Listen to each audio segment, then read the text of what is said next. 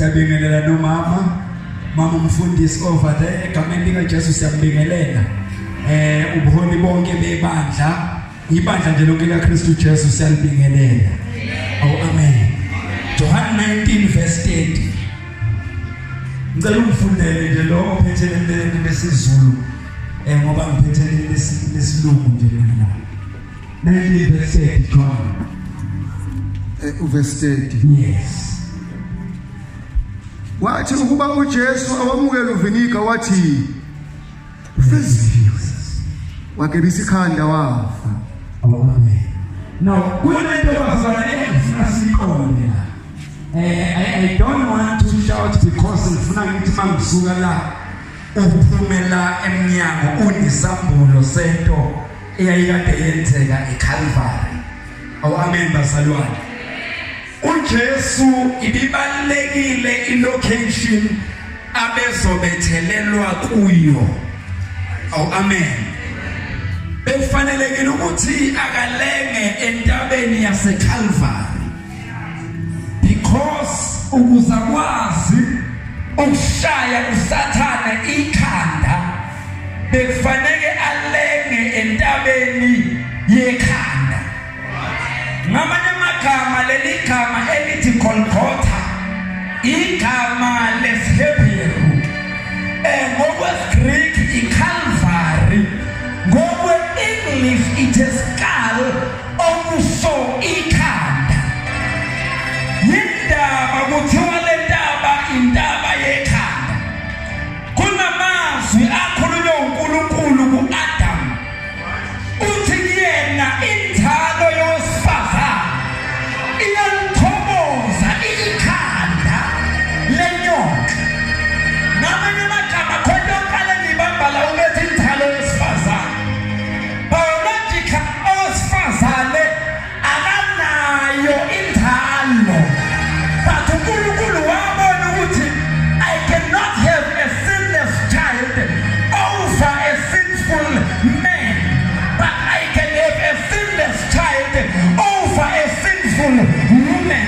Therefore I must give woman a seed. Now ingakho uma ngabe uMaria fika akasamdingi uJoseph because inzalo already usayinikeziwe. Amen bazalwane. Now silethe ninikeni iBhayibheli iyosaya ikhanda lenyoka.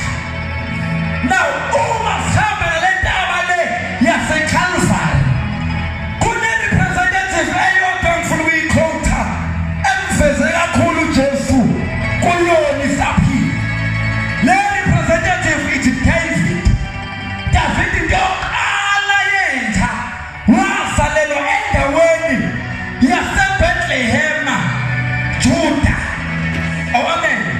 Kanti noJesu uzalelwe eBethlehem laseJudiya.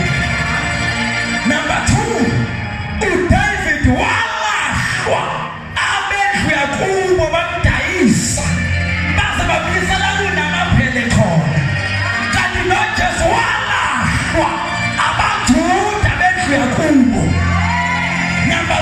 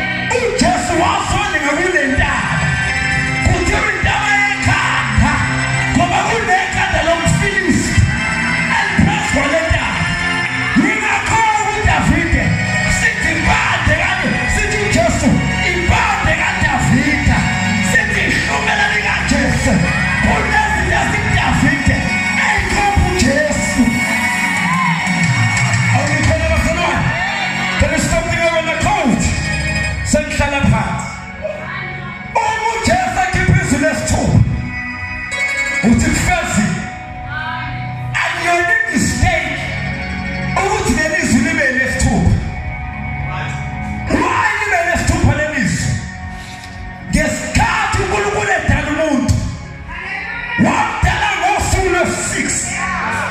Oh, amen. Wow, lo muntu wadala ngosuku lwesi-6. Kwafanele ukuthi uJesu akalele from 9 o'clock ekuseni. Wazwetshulwa esiphambanweni ngehora lesithathu okungu 3 o'clock. UJesu walenga 6 hours ezokuyisela umuntu owadalwa ngosuku luka-6.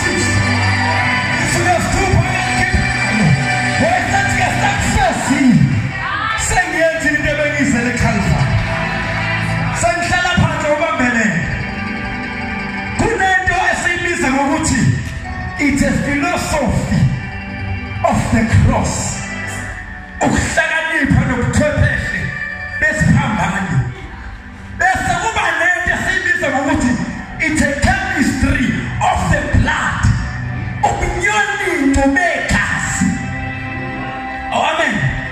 Kamanye amagama uJesu eKhalvari okokuqala walenga bathatha umqhele wameva bawufaka ekhanda lakhe kwaphuma igazi enhloko yakhe. Kusukuthini lokho? Kwakusukuhlanzwa kwengqondo nemicabango yonke yomuntu. Number 2, kunegazi laphuma ezandleni elalizokuhlanzwa kwemisebenzi yonke yomuntu. Number 3, kunegazi laphuma enyaweni elalizokuhlanzwa kwenkambo yomuntu. Number 4, kunegazi elaphuma ohlangothini elalizokulawula ukuzalwa kwebandla. But number 5, kulenhlelo lubambe lona lehlange eplangwe lehlale legazi la emhlabathini. Wale kufanele liye emhlabathini. E-Eden umhlabathi waqalekiswa. Abesathi uJeremiya bonke abathezuma kuyo ngiyabhala amagama abo emhlabathini. Beningakho uJesu ejongenaso aqalena mhlaba wesiyaphala emhlabathini ebhaliso lozalo. Kwafanele ukuthi igazi lisuke lehle emhlabathini liyosula lezo zonke. Wesethi ufesiwe ngoba icala lakho selikhokhiwe eKhalvari. Amanxeba esemhlaba ayimele ukuthe ukuphulusa komuntu ey'foni zakhe.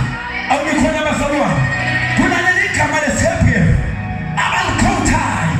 Uma bekhotha leli vesi bathi thathe le star okusho ukuthi I have paid it all. Kamanye amagama eKhalvari wayezokhokhela izono zakho, ezokhokhela izifo zakho, ezokhokhela ukwehluleka kwakho ney'qalekiso zonke. Wesethi kufesiwe wagebisa ikhanda over to you.